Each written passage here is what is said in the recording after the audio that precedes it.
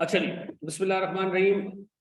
Sir हम अल्लाह का नाम लेके ये सेशन स्टार्ट कर रहे हैं। सबसे पहले एक छोटी सी प्रेजेंटेशन है सर, इस पूरे सब्जेक्ट के ऊपर। इसमें कोर्स में क्या क्या है, लोगों के फेल होने का रीजन। खैर रिसेंट अटेम्प्ट्स में ऑडिट का रिजल्ट इतना बुरा नहीं रहा, ठीक है जी, जितना पास में हुआ करता था। 3-4 अटेम्प्ट्स, इनफैक्ट लास्ट जो 4-5 अटेम्प्ट्स हैं वो बड़ा जबरदस्त रिजल्ट रहा है इसका। तो सबसे पहले तो सर इसमें जरा हम डिस्कस कर लेते हैं हमारे कोर्स में क्या क्या है सर। ये मेरे बारे में इसको छोड़ दो, ठीक है जी। देखिए सर, ऑडिट का सबसे पहला पेपर है ये, और इसके बाद ऑडिट के आपने 2 मजीद पेपर्स देने। एक आपने सीफैप में देना है, सीफैप 6, और फिर आपने MSA 1 का जो पेपर देना है उसमें भी 40% ऑडिट। इसकी कमेंट्स बंद कर दो।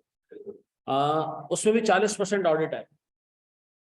लेकिन ओवर द पीरियड जिस तरीके से कैफ के सवाल आ रहे हैं, तो उस बंदे ने कोई डिफरेंस नहीं छोड़ा फाइनल में और कैफ में। जो स्टैंडर्ड्स आपके नीचे है ना, उसमें सवाल तो फाइनल से उठा उठा के पूछ रहा है, ठीक है जी। लास्ट अटेम्प्ट में 10 मार्क्स का सवाल जो आया है, जिसमें उसने कहा कि जी FBR आपके रिकॉर्ड्स उठा के ले गया है इन्वेस्टिगेशन के लिए, ये CA फाइनल का क्वेश्चन है, हूबहू छापा है उसने, 2019 का क्वेश्चन है।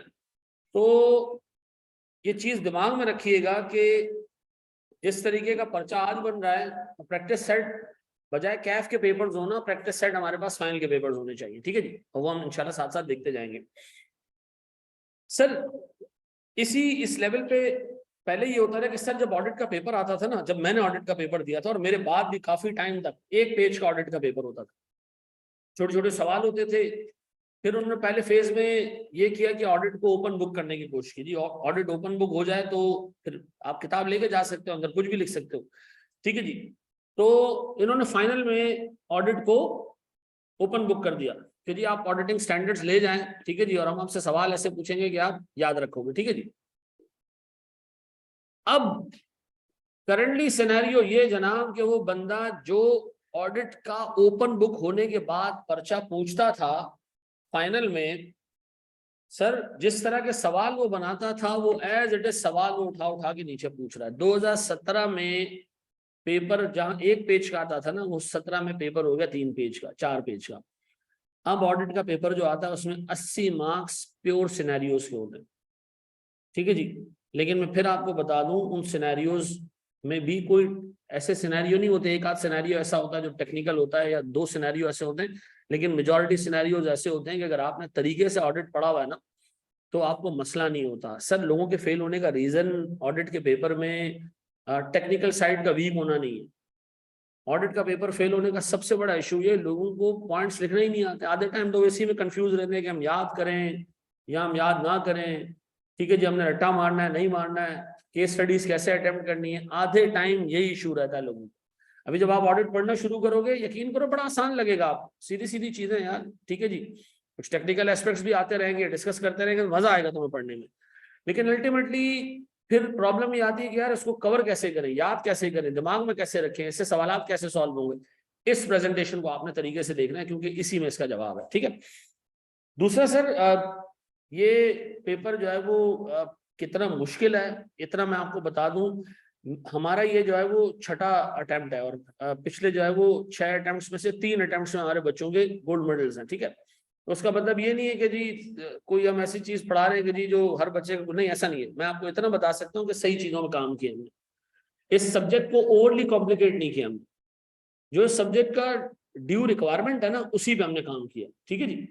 ड्यू रिक्वायरमेंट का मतलब ये है कि सर इस सब्जेक्ट में जितनी चीजें आई कैप की किताब में ना, ये मैं आज आपको एक गोल्डन जो है वो कोट कर रहा हूँ, किताब से बाहर नहीं जाना।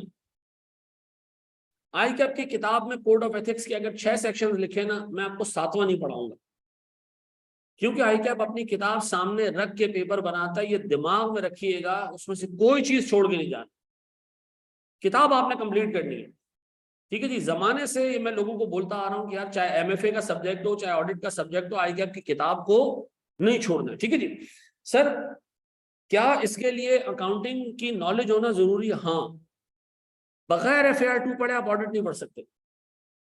या तो FAR 2 साथ पढ़ रहे हो आप, तो आप ऑडिट पढ़ सकते हो। ये नहीं कर सकते कि आप ऑडिट पढ़ने के बाद फिर FAR 2 का पेपर दो, ये नहीं कर सकते आप, मैं आज आपको बता रहा हूँ, ठीक है जी। क्योंकि मैं जगह जगह डिस्कस कर रहा हूँ इवेंट्स आफ्टर रिपोर्टिंग डेट, जगह जगह में डिस्कस कर रहा हूँ रिलेटेड पार्टीज, जगह जगह में डिस्कस कर रहा हूँ प्रोविजन बनना है या नहीं बनना, तो सर डेफर्ड टैक्स बनेगा नहीं बनेगा, लॉसेज आ रहे हैं तो उस पर टैक्स एसेट्स बनने चाहिए नहीं बनने चाहिए। तो ये चीजें याद रखिएगा, अगर आपका अकाउंटिंग बैकग्राउंड नहीं है तो फिर आपके लिए बहुत अजाब वाला मसला बनेगा इसके अंदर, ठीक है जी। तो जिसने FR2 नहीं पढ़ी है या इस दफा पढ़ भी नहीं रहा, यानी ऐसा है कि वो सोच रहा है मैं ऑडिट पहले दे दूं FR2 बाद में दे दूं, ये पॉसिबल नहीं है, ठीक है जी, ये पॉसिबल नहीं है। हमारे यहाँ एक बच्ची हुआ करती थी, उसने ऑडिट का पेपर दिया बगैर FR2 पढ़े, उसने गोल्ड मेडल मार दिया। फिर उसने बाद में खैर FR2 में गोल्ड मेडल लिया, लेकिन वो एक एक्सेप्शन थी, ठीक है जी। और उसके बारे में पेपर में अकाउंटिंग से रिलेटेड चीजें भी नहीं आई, ठीक है जी, उसका नसीब अच्छा था। तो सर इसका मतलब ये हमें चाहिए इसके लिए इतनी रीजनेबल अंग्रेजी चाहिए कि अगर मैं आपसे कहूं कि यार एक सेंटेंस ड्राफ्ट कर दो, तो वो सेंटेंस ड्राफ्ट करना तुम्हें आना चाहिए।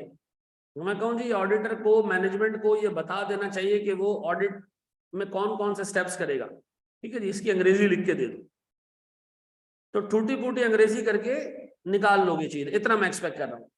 इस पेपर में एक बहुत बड़ा लोगों के जहनों में मिसकॉन्सेप्शन ये कि जिसकी अंग्रेजी अच्छी नहीं है वो अंग्रेजी लिख नहीं पाएगा। मैं आपको ऑनेस्टली बताऊं, आपको अगर चीजें आती हैं, ऑडिट ढंग से पढ़ा हुआ है ना, आप अंग्रेजी की ग्रामर की सत्यानाश भी कर दो ना, बॉस को ये बता दो कि मुझे पता है कि करना क्या है इसके अंदर, वो आपको नंबर दे देगा। भी आप रिजल्ट्स देख लेना इसके क्या है। सर ये इसके रिजल्ट्स हैं, आप ये 4 रिजल्ट्स देखें, इसकी मैं आपको बात बता रहा था ना कि ये 4 रिजल्ट्स हैं, ये लेटेस्ट रिजल्ट्स हैं, आप ये रिजल्ट्स देख लें। ये 40%, 33, 34, 35, हिस्टोरिकली इसमें 14% का रिजल्ट भी आया एक दफा, लेकिन वो बहुत पुराने रिजल्ट है। उसी की लकीर को मैं पीटता रहा हूं और आपको कहूं कि ऑडिट आपका बेड़ा गर्क कर देगा, ये गलत बात होगी, ठीक है जी। ऐसा नहीं है कि ये पेपर पास ही नहीं होता और इसमें 14% लोग पास। 2017 में हुआ था ये, जब पहली दफा एग्जामिनर ने थ्योरी की जगह 70% प्रैक्टिकल पेपर पूछ लिया था। अब केस स्टडी हैंडल हो जाती है बच्चों से, क्योंकि हर टीचर जो पढ़ा रहा होता है वो ये फोकस करके पढ़ाता है कि जी जो टॉपिक होता जाए एटलीस्ट 15-15, 20-20 केस स्टडीज उसकी बच्चा जो है वो क्लास में ही अटेम्प्ट कर ले, तो हो जाता है मैनेज, मसला नहीं होता। लेकिन सर जब पहली दफा टेस्टिंग हुई थी ना केस स्टडीज की, तो आप अभी एग्जामिनर कमेंट से भी आपको अंदाजा हो जाएगा, 2017, 18, 19, 20 इसके कमेंट्स आप देखोगे एग्जामिनर के, वो बार बार एक बात कर रहा होगा, बच्चों को रट्टा लगे हुए सवालात आसानी से कर लेते हैं, लेकिन जहां कॉन्सेप्चुअल चीज आती है बच्चा बोल्ड हो जाता है, ठीक है जी। तो अब एग्जामिनर के कमेंट चेंज हो गए, अब एग्जामिनर बात कर रहे हैं कि जी बच्चे ने ऐसा सवाल सही से हैंडल नहीं किया जिसमें 3-4 स्टैंडर्ड्स मिला के हमने पूछे, बच्चे ने सवाल में एनालिटिकल रिक्वायरमेंट, अभी हम देखेंगे एनालिटिकल थिंकिंग क्या होती है, मिसाल देता हूं एनालिटिकल थिंकिंग क्या होती है। आपको एग्जामिनर ने एक सवाल दिया, उसमें कहा जी एक होटल है जिसमें अखबार आता है रोज, ठीक है जी, अखबार की परचेजेज होती है, अखबार परचेज करते हैं, अखबार की परचेजेज लास्ट ईयर के मुकाबले में 20% बढ़ गई है, ठीक है जी। होटल का रेवेन्यू लास्ट ईयर के मुकाबले में 10% गिर गया है। एनालिटिकली सोचो इसमें मसला क्या है। होटल का रेवेन्यू 10% गिरा है और होटल जो अखबार परचेज करता था उसमें 20% क्या हुआ है, इजाफा हुआ है। एनालिटिकली सोचो कि मसला क्या है इसके अंदर। नहीं सर, रेवेन्यू अंडरस्टेट हुआ है, क्यों? अखबार किसके लिए आता है? लोगों के लिए आता है। 20% अखबार की कंजम्पशन बढ़ गई, तो इसका मतलब था कि लास्ट ईयर के मुकाबले में लोग बढ़ जाने चाहिए, तो रेवेन्यू गिरा कैसे? इसका मतलब है भी अंडरस्टेटमेंट ऑफ रेवेन्यू हो रहा है। इसका मतलब है कि चीजें छुपाई जा रही हैं। प्राइवेट कंपनीज में अक्सर और बेशतर रेवेन्यू को क्या किया जाता है, अंडरस्टेट किया जाता है। तो सर मुझे एक बात बताएं, इस तरह की चीजें वो आपसे एक चीज पूछेगा और एक्सपेक्ट करेगा कि दूसरी चीज आपको पता होनी चाहिए। मिसाल के तौर पर एक मोबाइल है, ये कौन सा मोबाइल है पता नहीं, ओप्पो, ठीक है जी, ये ओप्पो एक मोबाइल है, इसके कंपेटिटर ने इससे अच्छा मोबाइल इंट्रोड्यूस कर दिया, इससे ओप्पो पे किस हद तक क्या फर्क पड़ेगा? मैं बताता हूं, ओप्पो के पास जो स्टॉक पड़ा है अब वो उस रेट पे मार्केट में नहीं बिकेगा, कम रेट पे बिकेगा, तो एनआरबी लॉसेस, ऐसा है। जिस मशीन से बन रहा है उस मशीन की वैल्यू इन यूज कम हो जाएगी, क्यों? उस मशीन की सेल्स कम हो जाएगी तो वैल्यू इन यूज भी, तो मशीन भी इम्पेयर्ड, ऐसा। तो आपको वो एक हिंट देगा और एनालिटिकली आपसे एक्सपेक्ट करेगा कि बाकी चीजें आप खुद लीड अप कर सको। ये बात समझ आती है? तो सर रिजल्ट इसके लिटरली बहुत अच्छे हैं, इतना मैं आपको बता रहा हूं कि भाई ये सब्जेक्ट कोई ऐसी चीज नहीं है जो हिला के रख देगा, तबाह कर देगा, ऐसा कुछ नहीं है। ठीक है जी। सर पेपर में ये सिनेरियो सर देखें, ये सारी पुरानी चीजें आप देखें जी। 2016 में 67% थ्योरी होती थी पेपर में, 33% प्रैक्टिकल होता था। ये वो साल था जिससे चीजें चेंज हुई। ठीक है जी, जिससे चीजें क्या हो गई, चेंज हो गई, शिफ्ट हो गया। अच्छा, इसी साल में मर्केंटाइल लॉ का पेपर यानी बिजनेस लॉ का पेपर उठा के देखो, आपको यही चीज नजर आएगी। इस पर्टिकुलर अटेम्प्ट में आई कैप ने प्रिंसिपल ये डिसाइड किया था कि हम नॉलेज टेस्ट नहीं करेंगे बल्कि नॉलेज की एप्लीकेशन टेस्ट करेंगे। ठीक है जी, प्रिंसिपल ये डिसाइड कर लिया था कि हम किसी बंदे की ये चेक नहीं करेंगे कि उसको लिस्ट याद है या नहीं, उसको ये क्लॉज याद है या नहीं।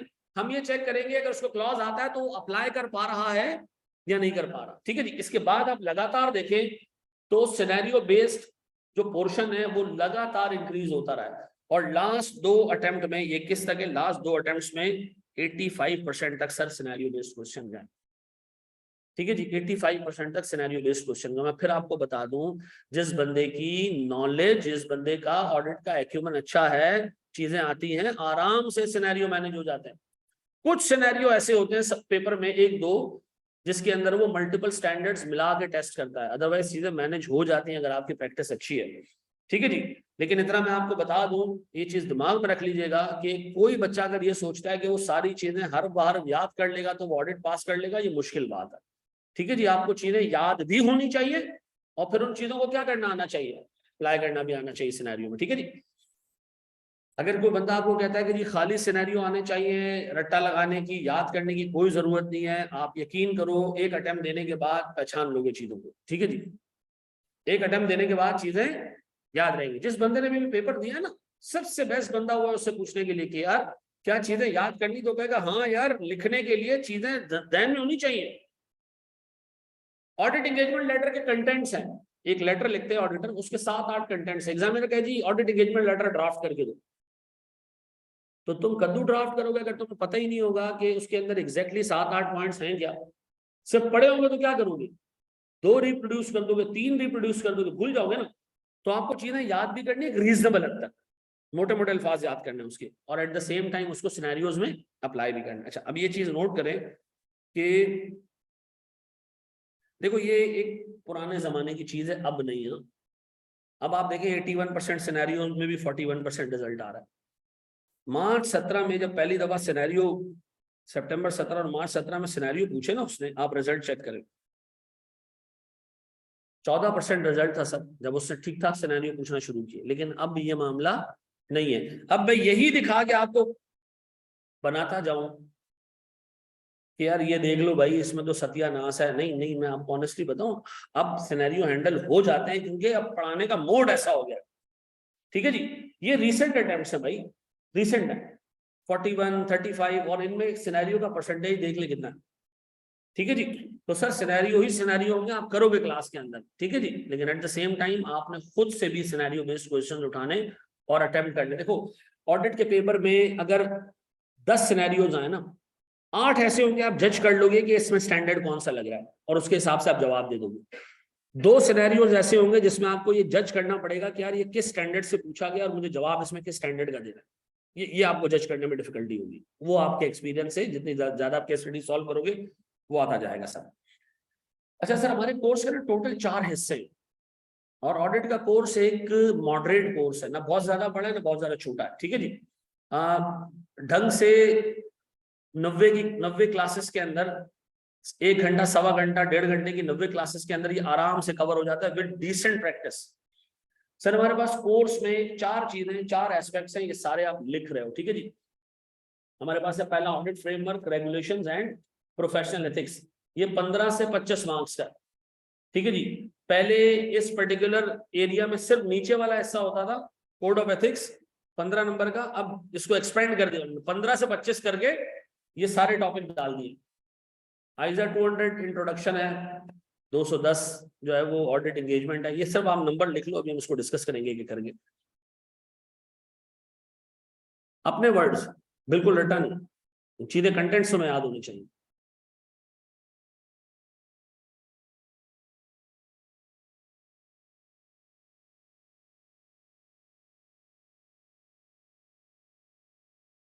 स्टडी टेक्स्ट किस एक्सटेंट तक यूज करनी है? देखो, एक हमारी अपनी किताब है, वो आपने यूज करनी है, लेकिन थोड़ा सा आगे जाना, मैं सबके सवालों के जवाब दे रहा हूँ, थोड़ा सा आगे जाने दो उसको।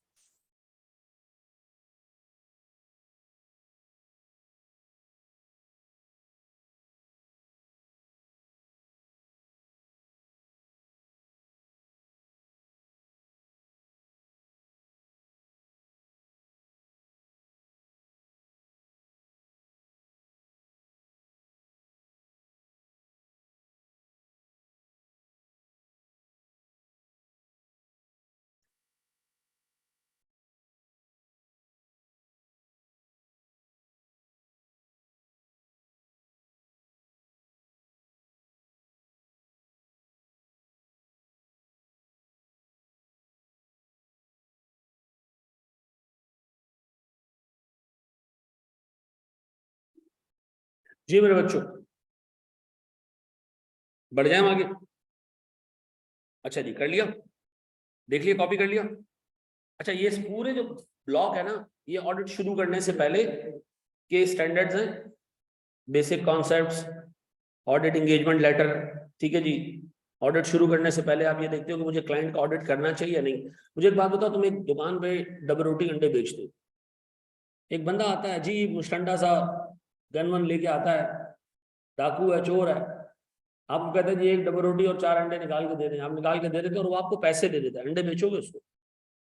हाँ बेचेंगे, पैसे दे के जा रहा है।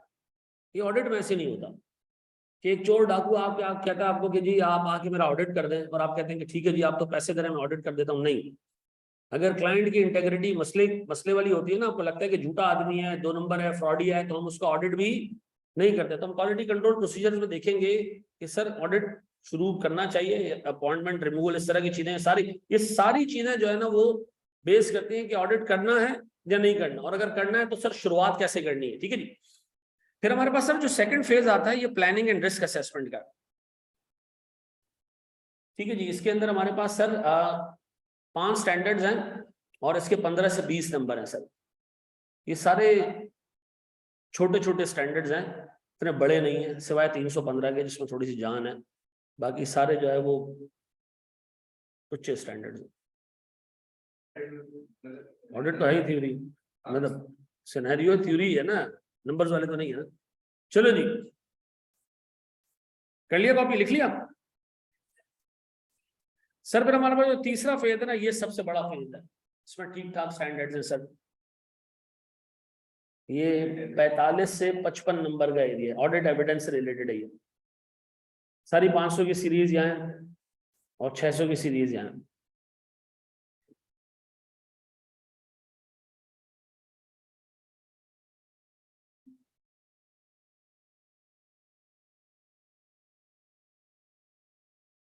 FAR 1 में जो सवालात थे उसमें शायद एक NPO होगा जो थोड़ा सा टफ होगा, एक रेशो का जो है ना थोड़ा सा टफ क्वेश्चन है। PP तो यार ऐसा था कि ऐसे पास पेपर में ऐसे सवाल मौजूद हैं, उसमें तो रिवैल्यूएशन भी नहीं दिया था उसने यार, है बोरिंग कॉस्ट तो हर दफा देता है यार वो। इम्पेयरमेंट का रिवर्सल, वो सीधा सवाल था, उस पर भी माशाल्लाह लोगों ने बड़ा जबरदस्त काम किया है? आगे बढ़ो यार। चलो जी,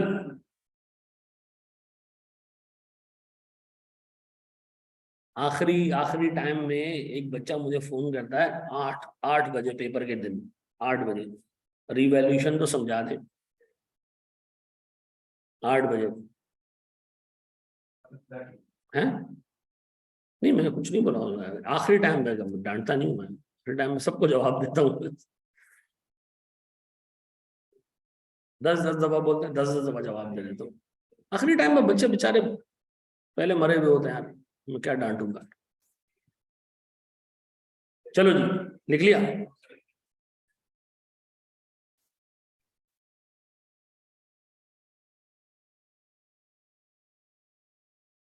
चलो मेरे बच्चों, बड़े हम आगे।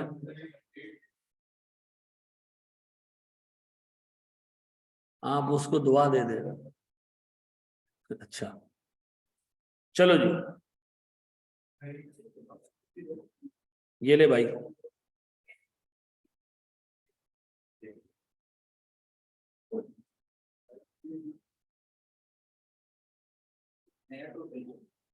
छोटे छोटे स्टैंडर्ड हैं।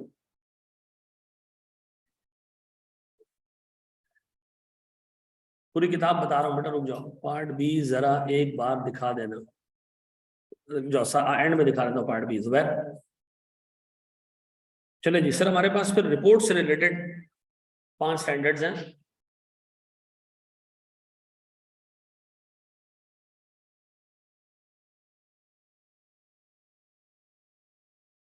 जो पहला फेज है वो ऑडिटर बनने से पहले का है, ठीक है जी। दूसरे फेज में आप ऑडिटर बन चुके हो, प्लानिंग कर रहे हो। तीसरे फेज में आप एविडेंस जमा कर रहे हो, और चौथे फेज में आप रिपोर्ट कर रहे हो कि मेरा कंक्लूजन क्या है, ठीक है जी। स्टैंडर्ड इस तरह आई के आपने डिवाइड किए हैं अपने कोर्स को, ठीक है। कॉर्पोरेट लॉ ऑडिट साथ पढ़ा जा सकता है, बिल्कुल पढ़ा जा सकता है, कोई मसला नहीं है इसके अंदर, बिल्कुल जी। मोहसिन बता रहा हूँ, मेरा बच्चा बता रहा हूँ, बड़े आगे।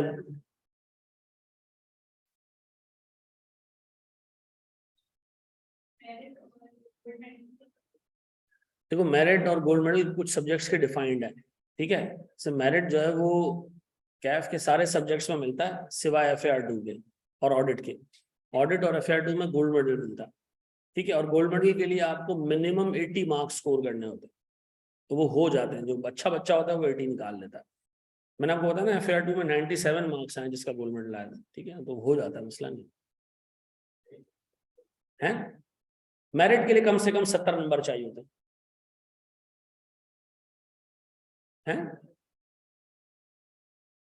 क्या चीज?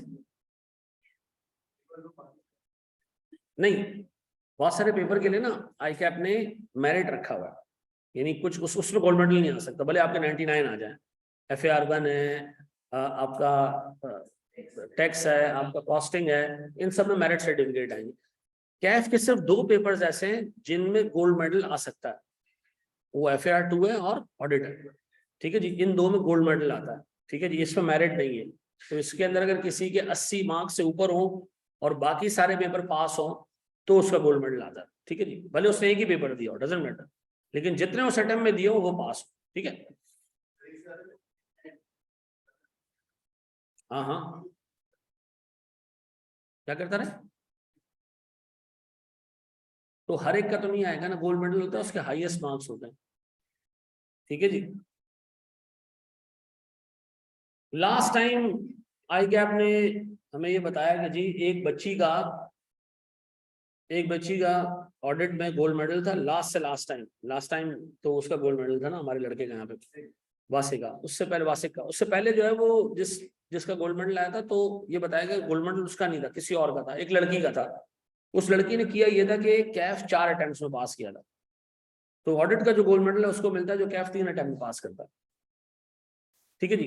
तो उसको जो है वो गोल्ड मेडल नहीं दिया। फिर उस लड़की के बारे में ये भी पता चला, लड़की कौन है ये नहीं बताई हमें, ठीक, लेकिन ये पता चला कि उसके कैफ के सारे पेपर्स में कोई इक्का दुक्का नंबर से मेरिट और गोल्ड मेडल छूटे हर दफा, ठीक है जी।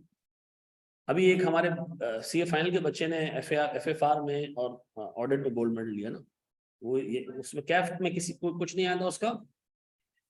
अच्छा जी सर, अब यार 2-3 छोटी छोटी चीजें सुनना है और ये ऑडिट पढ़ने का तरीका सीख रहे हैं, ठीक है। सुनो दोस्त, सुनो सुनो सुनो, देखो एक कॉम वो होगी जो किताब उठाएगी, क्लास के नोट्स उठाएगी और दबादब रटा शुरू, वर्ड टू वर्ड रटा शुरू। आज मैं आपको बता दूं, आधा कोर्स भी याद नहीं कर पाओगे और जो याद करोगे सब भूल जाओगे। फिर आपने कॉन्सेप्ट समझना है, कॉन्सेप्ट समझने के बाद आपने नोट्स में से मोटे मोटे अल्फाज हाईलाइट कर लेने, यार एटलीस्ट मेरी ड्राफ्टिंग के अंदर ये चीजें नजर आनी चाहिए, ठीक है जी। सबसे बड़ा मसला ये होता है ऑडिट के अंदर, क्लास में जो टीचर पढ़ा रहा होता है वो कुछ और चीज होती है, उसकी किताब में कुछ और चीज लिखी होती है, किताब जब ICAP से कंपेयर करो तो उसके अंदर कोई और चीज निकलती है।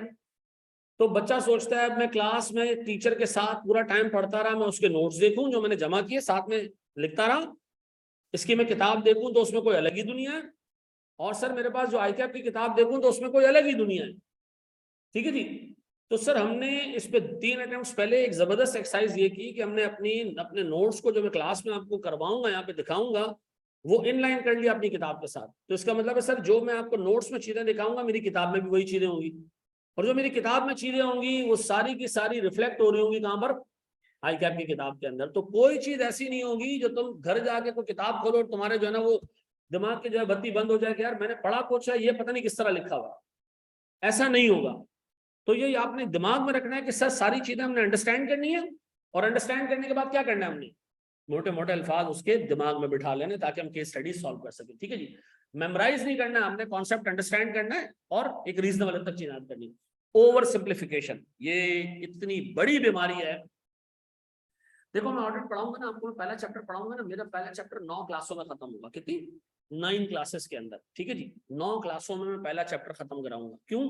क्योंकि आईकेएप की किताब में उस चैप्टर में जितनी चीजें गिवन है मैं सारी उसी वक्त करवा के आगे बढ़ूंगा। होता ही है कि यार टीचर ये सोचता है कि यार ये मुश्किल चीज है, एक काम करो पहले बेसिक बेसिक करा दो, फिर एंड में आके इस चैप्टर में से जो मुश्किल चीजें वो बाद में करा देंगे हम, क्योंकि अभी और बच्चे को समझाना शुरू करेंगे तो यार ये कंफ्यूज हो जाएगा। मसला ये होता है कि एंड में दोबारा टीचर कभी उस पर नहीं आता, वो बच्चे को फिर बाद में खुद देखना पड़ता है कि यार ये प्रोफेशनल स्केप्टिसिज्म ये तो कराया नहीं सर ने, ठीक है जी, ये प्रोफेशनल जजमेंट की एप्लीकेशन ये तो कराई नहीं सर ने, भाई ऑडिटर की अदर रिस्पॉन्सिबिलिटीज क्या है ये तो पढ़ी नहीं हमने। तो मैं जब तक पहला चैप्टर मुकम्मल कंप्लीट नहीं करूंगा, इस चक्कर में नहीं छोड़ूंगा कि यार ये मुश्किल चीज है तो आगे बढ़ जाओ। तो किताब में लिखा जी मैनेजमेंट की 3 जिम्मेदारियां। टीचर जब ऑडिट पढ़ाना शुरू करते हैं आमतौर पर 2 जिम्मेदारियां समझा दी। क्यों? क्योंकि तीसरी जिम्मेदारी समझाने के लिए आपको पूरा पंडोरा बॉक्स खोलना पड़ेगा। ऑडिटर की 2 जिम्मेदारियां, एक जिम्मेदारी हम बता के आगे बढ़ जाएंगे, क्योंकि दूसरी के लिए आपको क्या करना पड़ेगा, पूरा पंडोरा बॉक्स खोलना पड़ेगा। मैं ऐसे नहीं करूंगा, मैं आपसे भी रिक्वेस्ट करूंगा जब एक चीज कंप्लीट शुरू करो ना उसको पहले मुकम्मल कंप्लीट करो। ये इंतहाई फजूल बात है कि इसका फलां के साथ कनेक्शन और फलां के साथ कनेक्शन है, भाई यही कंप्लीट हो जाएगा। जो चीज ऐसी होगी कि यार आगे जाने वाली होगी उसको मैं मार्क करवा दूंगा कि यार ये आगे जाके पढ़ेंगे, लेकिन हार्डली वो 2% चीजें भी नहीं है। सारी चीजें देन एंड देयर क्लियर हो सकती है। कोई ऐसी चीज नहीं है कि जिसके लिए आपको कोई 15 क्लासेस का वेट करना पड़े। तो मैं आपसे रिक्वेस्ट कर रहा हूं जब पहला चैप्टर कंप्लीट हो, पहले चैप्टर से रिलेटेड जितने पास पेपर्स हैं, पहले चैप्टर से रिलेटेड जितनी किताब की चीजें वो कंप्लीट होनी चाहिए। ओवर सिंप्लीफिकेशन का एक और मसला क्या है, जब आप लोग चीजें ड्राफ्ट करना शुरू करते हो ना, बच्चे इस तरह रट्टा मारते हैं या उनको इस तरीके से ऑडिट सिखाया जाता है कि जी स्टॉक, मेरे कंपेटिटर ने नया प्रोडक्ट लाया, क्या होगा इससे, मेरे स्टॉक की एनआरवी नीचे चली जाएगी, स्टॉक ओवर वैल्यू हो सकता है, ऐसा। तो लोग इसको रट्टा मारना शुरू करते हैं। कंपेटिटर ने नया प्रोडक्ट लेकर आया, therefore NRV of the product is फलाना। भाई देयरफॉर मैं कहता हूं यार अगर आपने इसी तरह अंग्रेजी लिखनी है तो फिर आपका काम हो गया। मैं आपको प्रोफेशनल तरीके से ड्राफ्ट करना सिखाऊंगा चीजें, ठीक है जी। और मैं फिर आपको बता दूं सारी चीजों में इस तरह याद करना कि भाई ये सेंटेंस हमेशा आपने इसका जवाब इसी तरह करना है, ये ओवर सिंप्लीफिकेशन है। तो भाई पेपर में एक सवाल है 16 नंबर का, आमतौर पे एग्जामिनर कहते हैं रिस्क आइडेंटिफाई करो, उसने रिस्क आपको दे दिए, उसने कहा बताओ ये किस असर्शन से रिलेटेड है, ये निकाल के। भाई हमने तो रट्टा मारा हुआ था, हमने तो रिस्क निकालना आते थे, ये क्या दे दिया एग्जामिनर। तो मैं आपसे रिक्वेस्ट करूंगा कि यार देखो चीजों को कंप्लीट करते हुए जाना, कंप्लीट दफनाते हुए आगे निकलना। एक गोली टांग पे मार के फिर आगे जा रहे हो, वापस आ रहे हो, फिर एक जो है वो उसके पेट में गोली मार रहे हो, फिर आगे जा रहे हो, फिर वापस आ रहे हो, नहीं, पूरी चीजें कंप्लीट करके हमने आगे बढ़ना है, ठीक है जी। तीसरी चीज सर, बहुत सारे स्टैंडर्ड्स की आपस में बड़ी क्लोज इंटरेक्शन है। इंटरेक्शन का मतलब यह है कि जब आप एक स्टैंडर्ड पढ़ोगे उसका नाम है जी रिलेटेड पार्टीज। रिलेटेड पार्टीज क्या होती है सर? मेरी पेरेंट कंपनी, मेरी सब्सिडरी, मेरी एसोसिएट। अच्छा, इनके साथ मिलकर ना फ्रॉड हो सकता है बहुत आराम से, क्योंकि ग्रुप कंपनीज के साथ आप ट्रांजैक्शन करके क्या कर सकते हो, फ्रॉड कर सकते हो। तो जब आप रिलेटेड पार्टी की चीजें पढ़ोगे उसमें एक लिखा होगा जी फ्रॉड रिस्क विल इंक्रीज। अब फ्रॉड रिस्क का मतलब क्या है जी, आपको क्या पता होना चाहिए, फ्रॉड का स्टैंडर्ड, वहां फ्रॉड रिस्क डिफाइंड है कि फ्रॉड रिस्क होता क्या है, उसको कैसे मैनेज किया जाता है। तो सर मैं वहां रुकूंगा, मैं जाऊंगा फ्रॉड के चैप्टर में, मैं वहां से चीजें कनेक्ट करके फिर आपको आगे बताऊंगा। मैं नहीं कहूंगा कि फ्रॉड के चैप्टर में जाके देखेंगे, नहीं नहीं नहीं, मैं साथ साथ ये चीजें क्या करता जाऊंगा, कनेक्ट करता जाऊंगा। तो याद रखिए। अच्छा, फिर उसी स्टैंडर्ड में रिलेटेड पार्टी में चीज लिखी है रिटर्न रिप्रेजेंटेशन, ये मैनेजमेंट से ले ले, रिटर्न रिप्रेजेंटेशन का एक अलग स्टैंडर्ड है।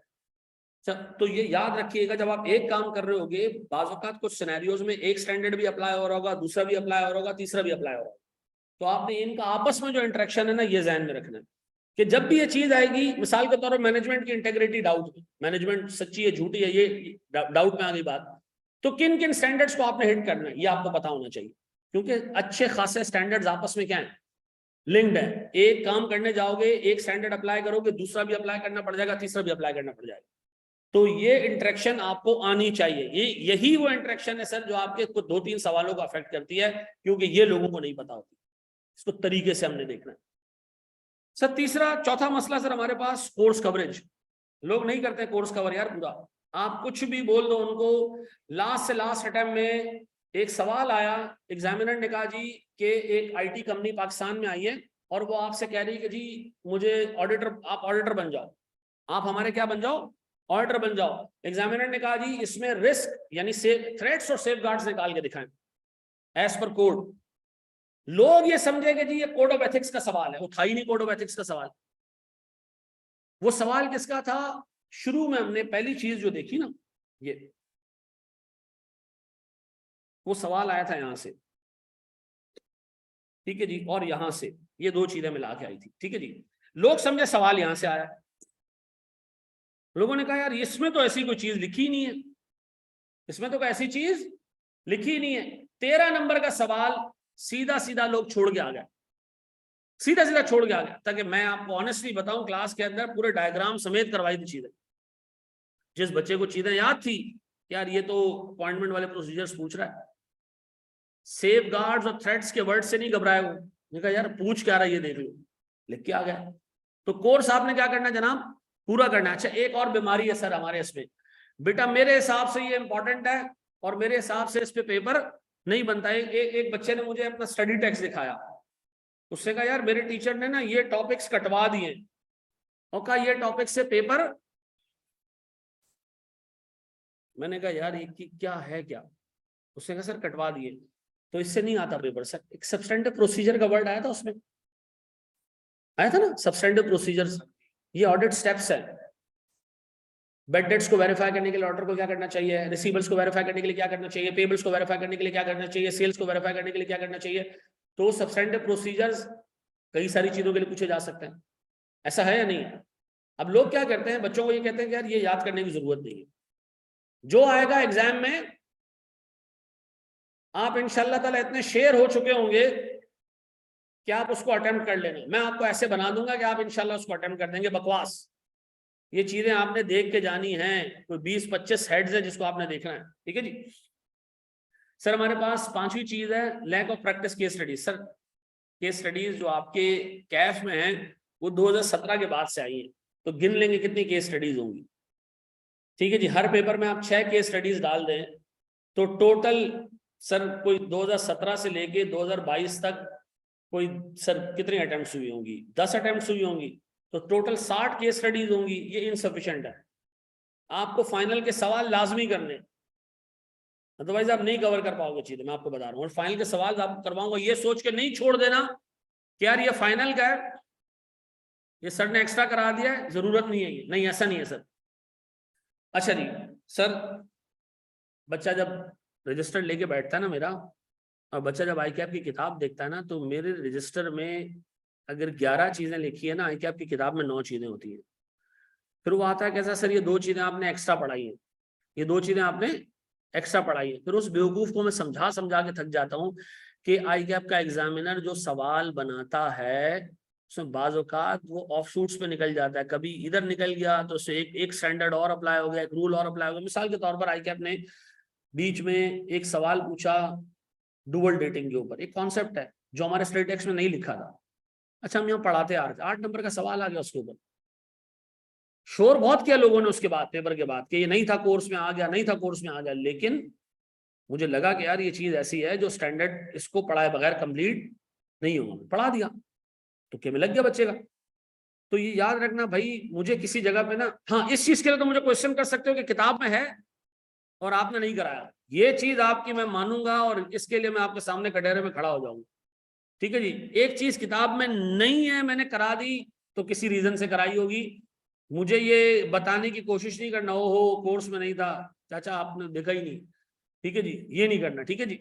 मैं सारी चीजें देख के आपको करा रहा हूँ, ठीक है जी। आप आपके लिए एक अटेम्प्ट है, मेरे लिए जिंदगी भर का यही हिसाब है। सर एक केस स्टडी हर दूसरी क्लास में आपको दी जाएगी, ये अटेम्प्ट करो और जरा ग्रुप पे इसका सोल्यूशन भेजो, जरा चेक करते हैं। अब मैं आपको बताऊं, last time we had 400 something plus students हमारे पास ऑडिट में। एक केस स्टडी में भेजता था या आकाश भेजे ना, तो बहुत अच्छा रिस्पॉन्स हो तो 15 रिप्लाईज आ गए। जब बहुत अच्छा रिस्पॉन्स हो, कितना रिप्लाई आ गए? 15 रिप्लाई आ गए। आप मॉक लें, आप क्विज लें, आपको यकीन करें इतनी डिसअपॉइंटमेंट होगी। लेकिन मेरी आपसे रिक्वेस्ट ये कि टोटल 3.5-4 महीने का फेज होता है जिसमें चीजें पढ़ाई जा रही होती है। इसमें अगर आप तरीके से सारे क्विज दे दो ना, मैं आपको आज हल्फन बता रहा हूं कि आखिरी महीने में आपके पास पढ़ने के लिए चीजें नहीं होंगी। ऑडिट का कोर्स इतना लेंदी नहीं है। अभी आप पढ़ना शुरू करोगे, क्लासेस लेना शुरू करोगे, रिजल्ट आएगा, रिजल्ट के 1 महीने बाद मेरे पास आपकी आधी क्लास सामने खड़ी होगी, क्या पूछने के लिए पता है? सर इसको याद कैसे करें? ये तो मैं भूल रहा हूं बार बार। यार मैं तुम लोगों को क्या भाषण दे रहा हूं, मेरा खुद का यह हाल होता है। मैं एग्जाम देने के लिए, ऑडिट का पेपर देने के लिए आईकैप के बाहर खड़ा हूं। एक बंदे ने आके मुझसे पूछा स्ट्रेटिफाइड सैंपलिंग क्या है? भूल गया। मैंने कहा दूसरा सवाल नहीं पूछना, आराम खोर, ठीक है जी, नहीं तो मेरा कॉन्फिडेंस का बेड़ा गर्क हो जाएगा। मैं अंदर गया, चीजें अल्लाह ने याद दिला दी, मैंने कर लिया। लेकिन उस वक्त मुझे फील हुआ कि यार मैंने कॉलेज का एक एग्जाम नहीं दिया था, कॉलेज का एक टेस्ट नहीं दिया था मैंने। मैं समझता रहा कि फजूल टाइम वेस्ट हो रहा है, इससे अच्छा मैं खुद घर पे बैठ के याद कर लूं। ना याद किया, ना टेस्ट दिया। तो मेरी आपसे रिक्वेस्ट है कि टेस्ट देना, फेल हो जाना मसला नहीं है, लेकिन एक आपको चीज पता चल जाएगी। अच्छा जी सर, पहले ना मैं आपको कुछ एग्जामिनर कमेंट्स पढ़ाना चाह रहा हूँ 2018 और 17 के। सर कहाँ गया? ये पुराने कमेंट्स हैं। इन कमेंट्स को दिखा के मैं आपको मायूस नहीं करूंगा। सर और सुनो दोस्त, बोर्ड बोर्ड पे देखो, ये 2018 के कमेंट्स से जब आईकैप का एग्जामिनर नया नया केस स्टडी पूछ रहा है, क्या कह रहा है जी? Overall performance was much better than the previous attempt. 14% से 29% पे आ गए। However, the performance in question 4, 7, 8 and 9 was quite poor. क्यों? इन 7 सालों में क्या था sir? A clear observation that students perform well in straightforward memory-based questions, but reflected poor knowledge in scenario-based questions. Comment कब का ये? 2018 का। सर 2018 सितंबर में। फिर ये जी, they should learn answering scenario-based question, as in many cases they write statements that are not incorrect but irrelevant to the given information. उनका scenario based, ठीक है जी।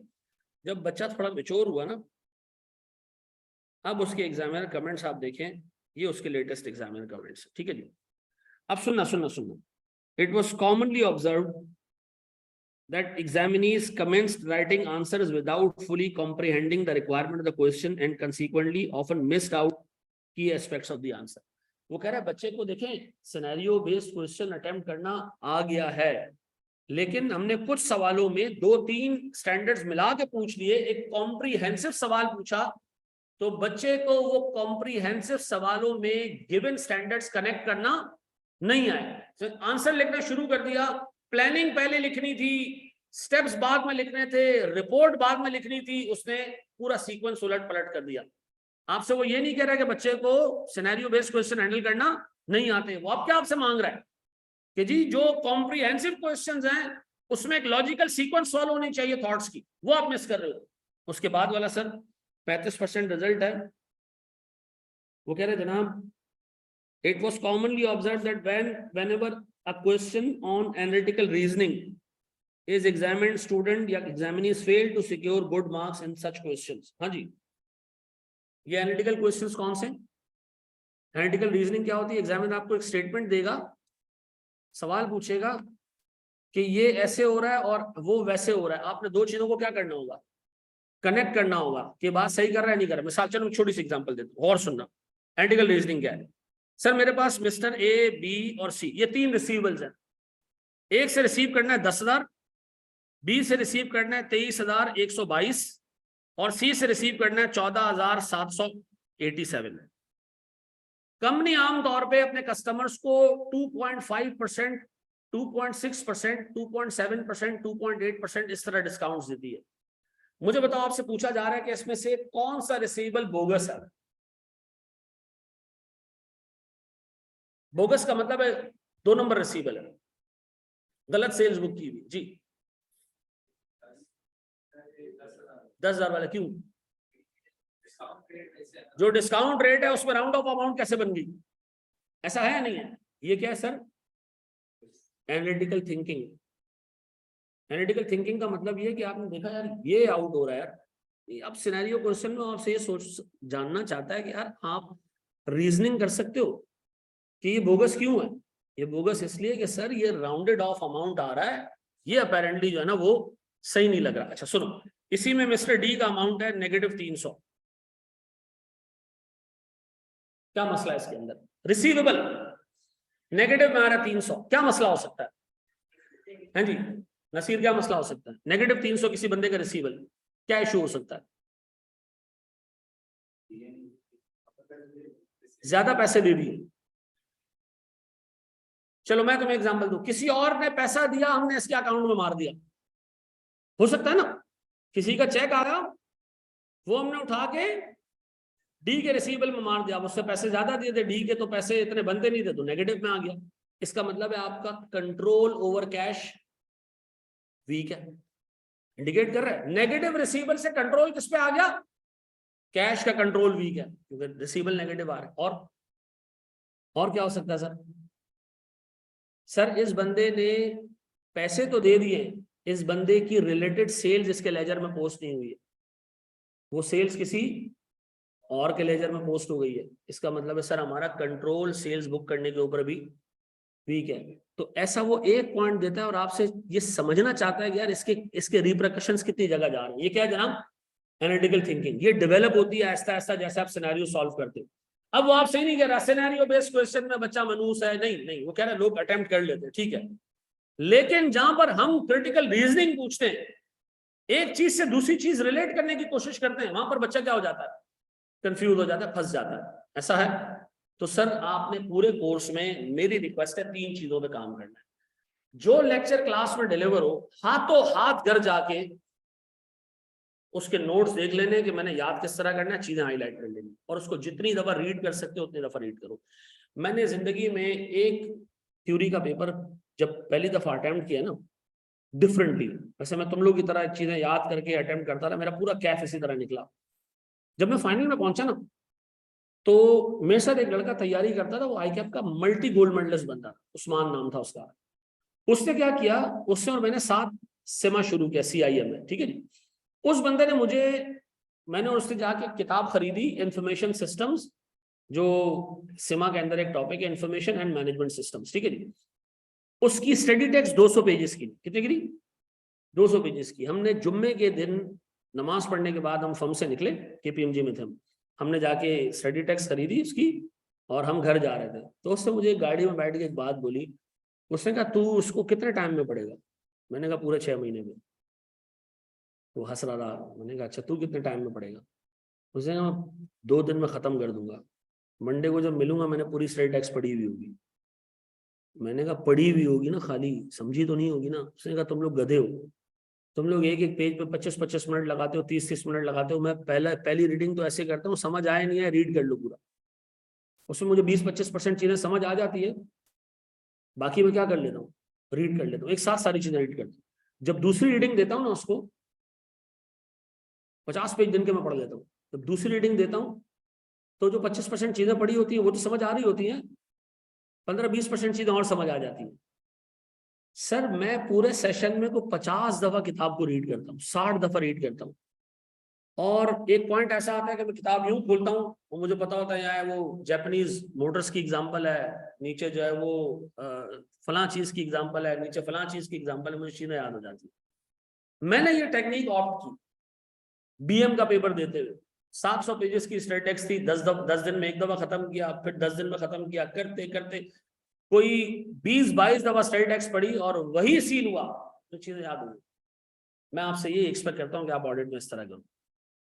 क्या आप एक चीज पढ़ी, 2 पेज हमने हार्डली पढ़े होंगे, घर जाओ एक दफा देखा, अगली क्लास लो, 2 पेज और आ गए होंगे, वो 2 पेज और नए 2 पेज दोबारा देख लो। अब बार बार रीड करो उसको, बार बार रीड करो, बार बार रीड करो, बार बार रीड करो। यकीन करो मैं तुम्हें बता रहा हूँ, तुमको आखिरी टाइम पे चीजें याद करने के लिए नहीं बची हुई होंगी। एक तरीका ऑप्ट करो, मैंने उसके बाद जिंदगी में सारे थ्योरी पेपर इसी तरह दिए। तो मैंने कहा यार अल्लाह का शुक्र है कि उस दिन वो जुम्मे की नमाज के बाद ये मेरे साथ चला गया स्टडी टैक्स लेने के लिए, अदरवाइज मुझे कद्दू भी ये टेक्निक नहीं समझ आता। और मैं उसके बाद मैंने सिमा वगैरह के सारे पेपर इसी तरह दिए, सीए फाइनल के पेपर इसी तरह दिए, सीएफए के पेपर इसी तरह दिए। ये मैं चाहता हूं कि आप भी इस तरह करो, ऐसा ही जी। तो सर अब क्या सिनेरियो बेस्ड क्वेश्चन परेशान करेंगे? नहीं सर। सर हम स्टार्ट कर रहे हैं जनाब अपना पहला टॉपिक, और यह है हमारे पास सर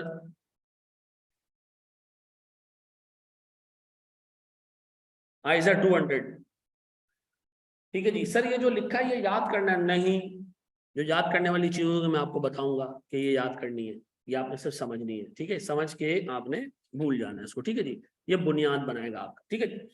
अच्छा मुझे एक बात बताओ मेरे प्यारे बच्चों, सुनना, आपके ऊपर एक अंग्रेजों की हुकूमत हुआ करती थी, याद आ रहा है?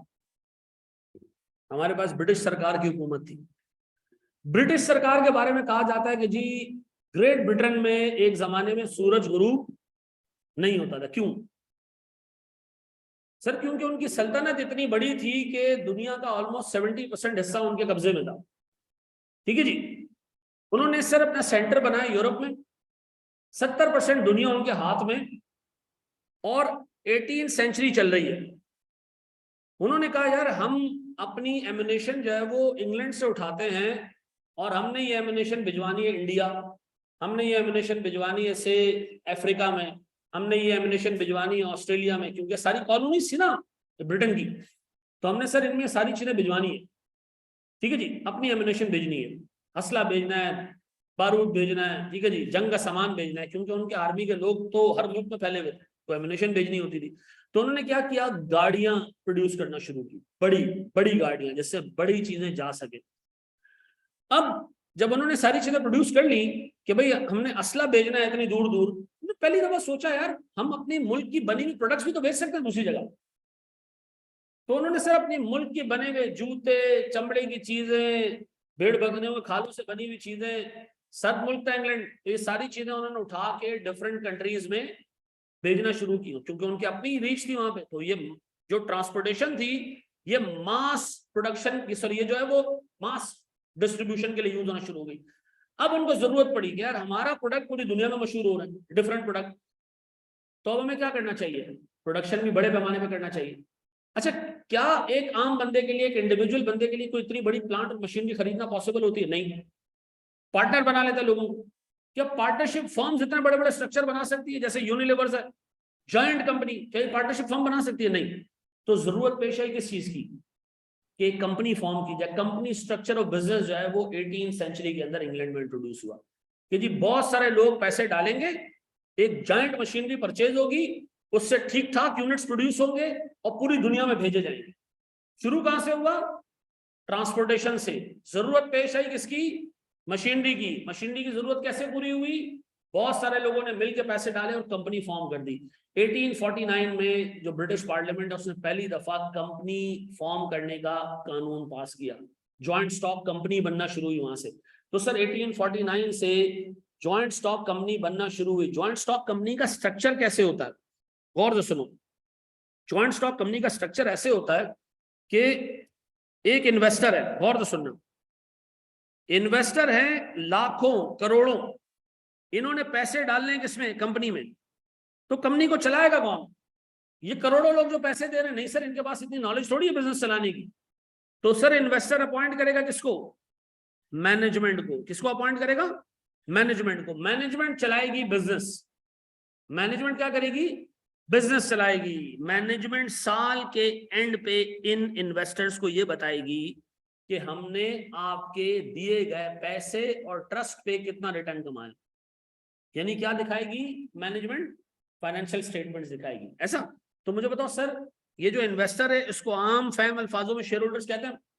तो मुझे बताओ ज्वाइंट स्टॉक कंपनी में पैसा लगाता कौन है? Share holder. क्या शेयर होल्डर बिजनेस करते हैं?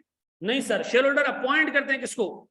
अच्छा, मैनेजमेंट का मतलब क्या होता है सर? शेयर होल्डर सबसे पहले डायरेक्टर्स को अपॉइंट करते हैं। डायरेक्टर्स कौन होते हैं? डायरेक्टर्स में आमतौर पे बड़े शेयर होल्डर्स होते हैं। एक कंपनी के जो शेयर्स होते हैं, अच्छे तरीके से समझना, इसमें सवाल आ चुका है, ये कंपनी के टोटल शेयर्स हैं सर, जो कंपनी ने इशू किए हुए। सर इतने शेयर्स हैं डायरेक्टर्स के पास, ये वो लोग होते हैं जो बड़े शेयर होल्डर्स होते हैं, जिनके पास 10%, 12%, 13% की होल्डिंग होती है। बाकी जो शेयर होते हैं ना, ये जनरल पब्लिक के पास होते हैं। इस जनरल पब्लिक में जो शेयर्स डिस्ट्रीब्यूट हुए होते हैं, इसको हम फ्री फ्लोट कहते हैं। क्या कहते हैं? Free float. अब बताया जी, डायरेक्टर्स के पास है सर 35% शेयर्स, फ्री फ्लोट कितना? 65%। मुझे बताएं सर, शेयर होल्डर्स सारे, ये सारे शेयर होल्डर्स आमतौर पे इन बड़े शेयर होल्डर्स को क्या बना देते हैं? डायरेक्टर्स। ऐसा इनके साथ साथ इंडिपेंडेंट डायरेक्टर्स भी कंपनी के बोर्ड पे आते हैं, जो बिजनेस चलाने के एक्सपर्ट होते हैं। तो इसका मतलब है बोर्ड ऑफ डायरेक्टर्स में दो टाइप के लोग होंगे। कौन से? एक शेयर होल्डर होते हैं, बड़े शेयर होल्डर, और एक सर इंडिपेंडेंट डायरेक्टर्स होते हैं, जो बिजनेस में बड़ा नाम रखते हैं, इंडिपेंडेंट होते हैं और अच्छा काम कर सकते हैं सर, उनको हम अपने बोर्ड पे डाल देते हैं। तो सर इसका मतलब है इन 65% शेयर होल्डर्स ने बिजनेस करने का पूरा ट्रस्ट किस पे किया है? इन 35% लोगों पे। ऐसा इनको अपॉइंट कर दिया डायरेक्टर्स। ठीक है जी। अब ये क्या करेंगे? ये काम करना शुरू करेंगे? नहीं सर, ये क्या करते हैं, ये मजीद एक्सपर्ट्स को अपॉइंट करते हैं। प्रोडक्शन डिपार्टमेंट के हेड को, जो प्रोडक्शन करेगा, उसके लिए एक हेड अपॉइंट कर दिया। सेल्स डिपार्टमेंट का हेड अपॉइंट कर दिया। ठीक है जी। एडमिन डिपार्टमेंट का हेड अपॉइंट कर दिया। मार्केटिंग डिपार्टमेंट का हेड अपॉइंट कर दिया। रिसर्च एंड डेवलपमेंट का हेड अपॉइंट कर दिया। यानी डायरेक्टर सबसे पहला काम करती है, मैनेजमेंट को अपॉइंट करती है। किसको? शेयर होल्डर ने किसको अपॉइंट किया? डायरेक्टर्स को। डायरेक्टर ने किसको अपॉइंट किया? मैनेजमेंट का मतलब क्या है? ये सारे हेड्स ऑफ डिपार्टमेंट्स। अब ये हेड ऑफ डिपार्टमेंट क्या करेंगे सर? नीचे, अपने नीचे मैनेजर्स और एम्प्लॉयज अपॉइंट करेंगे। ऐसा अब ये पूरा बन गया कंपनी का स्ट्रक्चर। काम कौन कर रहा है? मैनेजमेंट कर रही है। ठीक है जी। मैनेजमेंट। अच्छा, पूरे ऑडिटिंग स्टैंडर्ड्स में मैनेजमेंट में दोनों चीजें डाली गई है। कौन सी? मैनेजमेंट और बोर्ड ऑफ डायरेक्टर्स। इसको पूरे को नाम दिया है किसका? मैनेजमेंट का। अब बताएं sir, technically shareholders appoint करते हैं किसको? डायरेक्टर्स को। और डायरेक्टर्स अपॉइंट करते हैं जो जेन्युइन मैनेजमेंट है उसको। ऑडिटिंग स्टैंडर्ड्स में मैनेजमेंट का मतलब क्या है? बोर्ड ऑफ डायरेक्टर्स भी और नीचे के हेड ऑफ डिपार्टमेंट्स भी। ऑडिटिंग स्टैंडर्ड में दोनों क्या है? मैनेजमेंट है। फिर रिपीट कर रहा हूं सर, शेयर होल्डर्स किसको अपॉइंट करती है? मैनेजमेंट को। मैनेजमेंट क्या चलाती है? पूरा बिजनेस चलाती है। मैनेजमेंट शेयर होल्डर्स को कैसे बताएगी कि उन्होंने क्या कमाया? साल के एंड में फाइनेंशियल स्टेटमेंट्स दिखा के। ऐसा तो फाइनेंशियल स्टेटमेंट्स बनाना जिम्मेदारी होगी किसकी? मैनेजमेंट की। बनाएगा कौन फाइनेंशियल स्टेटमेंट्स? मैनेजमेंट बनाएगी। किसको दिखाएगी? तो लॉ ये पास हुआ कि शेयर होल्डर्स अपॉइंट करेंगे डायरेक्टर्स को, और वो मैनेजमेंट को अपॉइंट करेगी। और ये डायरेक्टर्स और मैनेजमेंट को हम एक नाम देंगे, मैनेजमेंट। और मैनेजमेंट हर साल के एंड पे फाइनेंशियल स्टेटमेंट्स सबमिट करेंगे। देंगे किसको? शेयर होल्डर्स को। सर एक कंपनी फॉर्म हुई, गौर से सुनना। उस कंपनी के थे 6 डायरेक्टर्स, ए, बी, सी, डी, ई और एफ। इन्होंने काम करना शुरू किया, बिजनेस करना शुरू किया। शेयर होल्डर्स ने इनको पैसा दे दिया, जाओ भाई बिजनेस करो। इन्होंने पूरा साल काम किया, धड़ाधड़ धड़ाधड़ काम किया किया किया किया। साल के एंड में इन्होंने ये प्रॉफिट एंड लॉस स्टेटमेंट बनाया। एक कंपनी में 6 डायरेक्टर्स अपॉइंट हुए, उन्होंने नीचे पूरी मैनेजमेंट अपॉइंट की, पूरा साल काम किया। ये उनका पीएनएल है। अब ये पीएनएल शेयर होल्डर्स को बताते हुए उनकी हालत टाइट हो रही है। क्यों? लॉस आ रहा है, लॉस आ रहा है। अब ये डायरेक्टर्स बैठे हुए सोच रहे हैं कि यार ये अगर हमने कल दिखाया ना शेयर होल्डर्स को, तो ऐसे जूते पड़ेंगे ना, वो कहेंगे जी दोबारा इलेक्शन करो, तुम्हारी ऐसी की तैसी, भगो यहां से। उन्होंने बेड़ा गर्क कर दिया। अब ये बैठ के सोच रहे हैं क्या ऐसा करें कि इस फाइनेंशियल स्टेटमेंट्स में चीजें इधर उधर कर दें। उन्होंने कहा सेल्स का कुछ नहीं कर सकते, क्योंकि सेल्स के अगेंस्ट कैश आया होगा, वेरीफाइबल है। कॉस्ट ऑफ गुड्स सोल्ड का कुछ नहीं कर सकते। बैड डेट्स, ये क्या है? एक्सपेक्टेड है कि रिसीवेबल क्या हो जाएंगे? अभी तो नहीं हुए ना, अभी थोड़ी हुए हैं, ये कब होने? मुस्तकबिल में। जीरो कर भाई, जीरो कर। शेयर होल्डर्स को क्या पता, वो थोड़ी है यहाँ पे, बिजनेस तो हम चला रहे हैं। ये तो हमें अंदाजा है कि बैड हो जाएंगे। गरक कर भाई, उनको बोल कुछ नहीं होगा, जब होगा तब देखा जाएगा। फिर एनआरवी लॉसेस। एनआरवी लॉसेस का क्या मतलब होता है? Expected selling price. याद आ रहा है ना? फ्यूचर में जाके इन्वेंट्री कम रेट पे बिकेगी, तो फ्यूचर में बिकेगी ना, भी थोड़ी बिकी है, तो ये लॉस क्यों बुक कर रहे हो, हटा दो। रिपेयर्स, रिपेयर किसको बोलते हैं? एक टूटी हुई चीज को सही करने को। ओवरहॉलिंग किसको कहते हैं? एक चीज को मजीद इंप्रूव करने को। तो किसको पता कि ये रिपेयर है? ये कह दो हमने मशीन को और बेहतर बनाने के लिए खर्चा किया है, कैपिटलाइज कर दो, हटा दो। Impairment, fair value less cost to sell value new. उन्होंने कहा यार ये सारे साले मदारी, सारे शेयर होल्डर्स, कोई डॉक्टर है, कोई इंजीनियर है, चपड़ासी है, इनको क्या पता वैल्यू न्यूज क्या है, ये क्या है, हटा इसको भी भाई, क्या लेके आ गए हो, ये सारी चीजें हट गई। अब क्या नजर आ रहा है? बेहतरीन हो गया जी। कल ये वाली रिपोर्ट हम दिखाएंगे शेयर होल्डर्स, ठीक है जी। भाई छोड़ दे, भी आगे बढ़ो, अभी हमने कोई टेक्निकल बात नहीं करनी, विंडो ड्रेसिंग या दरवाजे की ड्रेसिंग है या हमारी ड्रेसिंग है, छोड़ दे, ठीक है जी। अब हुआ ये कि ये शेयर, ये डायरेक्टर्स ने फाइनेंशियल स्टेटमेंट सही किए और अगले दिन पहुंच गए जी एजीएम में, ये रखे जी फाइनेंशियल स्टेटमेंट्स, बैठ गए सारे। अच्छा, ये सारों का मास्टरमाइंड नहीं, ये एफ है, ये चार्टर्ड अकाउंटेंट है। सारी घटिया हरकतें इसने की है। शेयर होल्डर्स ने देखा 40 रुपए का प्रॉफिट, बेहतरीन, वेरी गुड, एक्सेलेंट, क्योंकि देखो 40 रुपए का प्रॉफिट नजर भी आ रहा है, क्यों? बाकी जो एक्सपेंसेस है वो अंदाजे वाले हैं, एस्टिमेट्स हैं, उन्होंने एस्टिमेट्स हटाई दिए सारे। शेयर होल्डर्स ने कहा एक्सेलेंट वर्क, 12 रुपए आपका डायरेक्टर्स को बोनस। डायरेक्टर्स भाई खुश हो रहे हैं माशाल्लाह, कंपनी की जो है ना वो सारे रिश्तेदार एक करने के बाद भी 12 रुपए का क्या मिल गया हमें, बोनस मिल गया। अब सुनना सुनना सुनना, ये 12 रुपए का बोनस, जो बेईमान लोग होते हैं ना उनकी आपस में बेईमानी होती है।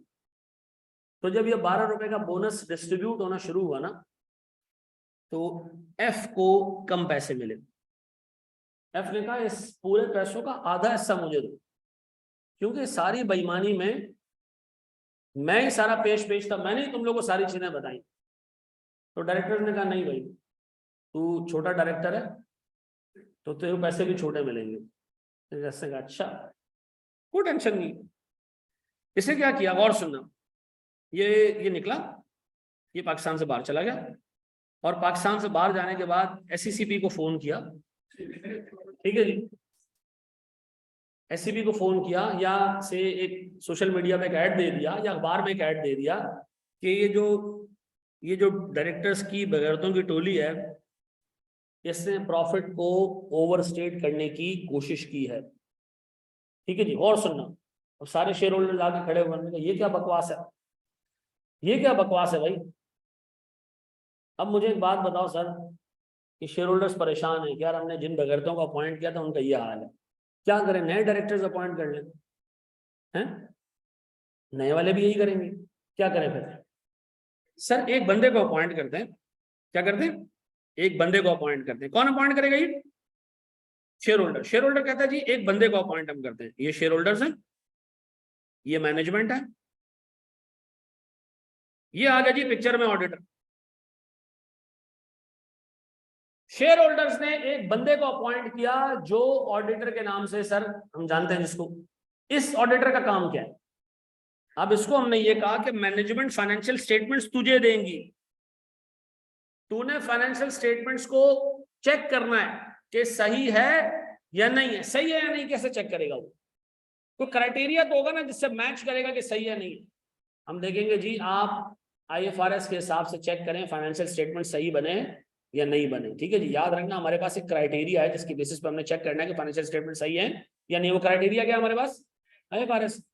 ऑडिटर का काम क्या है? सिर्फ मैनेजमेंट से फाइनेंशियल स्टेटमेंट्स लेना और ये चेक करना कि वो आईएफआरएस के हिसाब से बने हैं या नहीं बने। अगर फाइनेंशियल स्टेटमेंट्स आईएफआरएस के हिसाब से बने तो ऑडिटर शेयर होल्डर को एक रिपोर्ट देगा। क्या देगा? कि जी financial statements as per IFRS हैं या नहीं है। ये बात समझ आती है? अब बताएं जी, ऑडिटर जो है वो मैनेजमेंट का रिश्तेदार होना चाहिए या इंडिपेंडेंट होना चाहिए? क्यों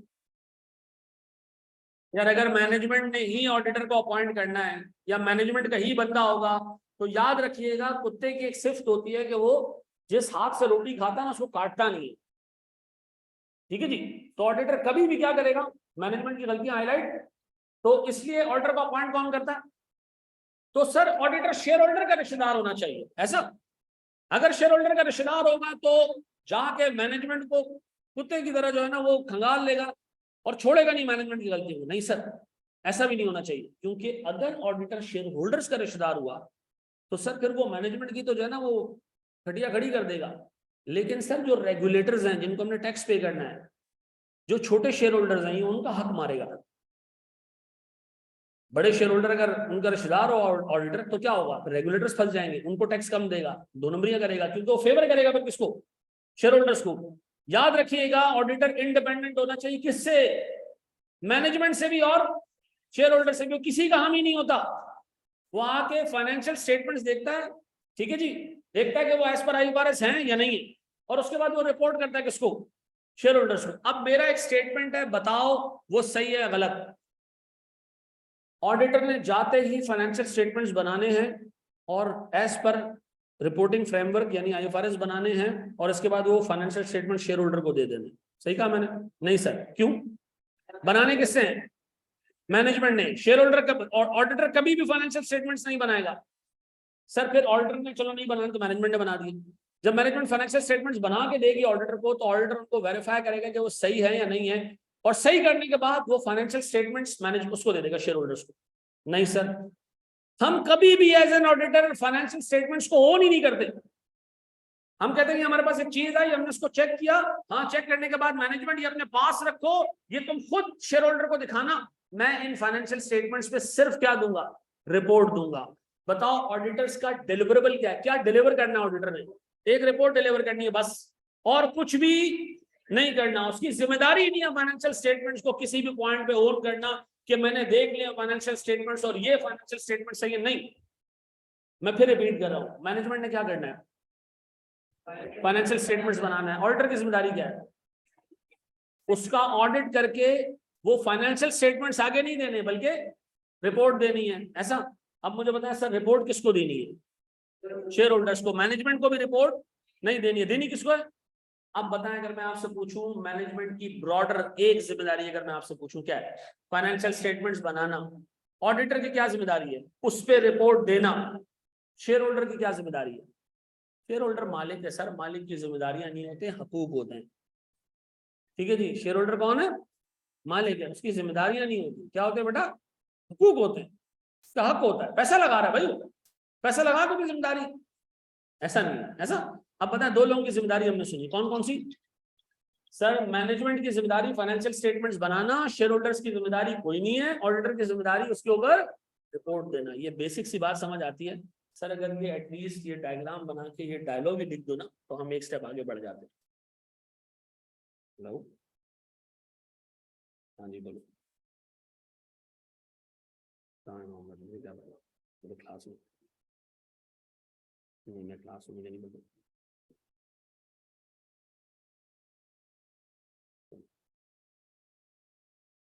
चलो मेरे बच्चों, बड़े मांगे जी, हाँ हाँ, देखो बहुत कम ऐसा होता है कि 80-90% बोर्ड के पास ही शेयर हो। आमतौर पे बड़ी कंपनीज के अंदर 40% 30% तक फ्लोट जो है ना बोर्ड के पास होता है, बाकी फ्री फ्लोट होता है, ठीक है जी। तो मसला नहीं है, वो डायरेक्टर बनेगा, ठीक है जी। शेयर होल्डर पे देखो, ऑडिटर पे किसी का इन्फ्लुएंस नहीं है। हमने कहा ऑडिटर शेयर होल्डर से भी इंडिपेंडेंट हो, और मैनेजमेंट डायरेक्टर, मैनेजमेंट भी होगी, डायरेक्टर शेयर होल्डर भी है, दोनों तरफ है। लेकिन सर ऑडिटर तो किसी का भी रिलेटेड नहीं है ना, किसी से भी रिलेटेड नहीं है। ऑडिटर तो टोटली इंडिपेंडेंट होना चाहिए जी।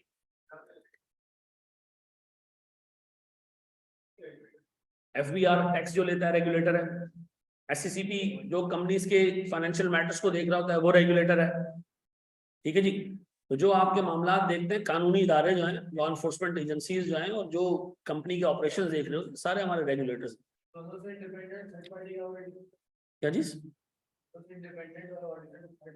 देखो आमतौर पे फर्स्ट पार्टी शेयर होल्डर है, सेकंड पार्टी मैनेजमेंट है, और आमतौर पे हम इसको कहते हैं जी हमारी थर्ड पार्टी। 3 पार्टी रिलेशनशिप है ऑडिट, ठीक है जी। मैं अभी आगे 5 एलिमेंट्स बताऊंगा, लेकिन अभी उस तक आराम आराम से लेके जा रहा हूँ, ठीक।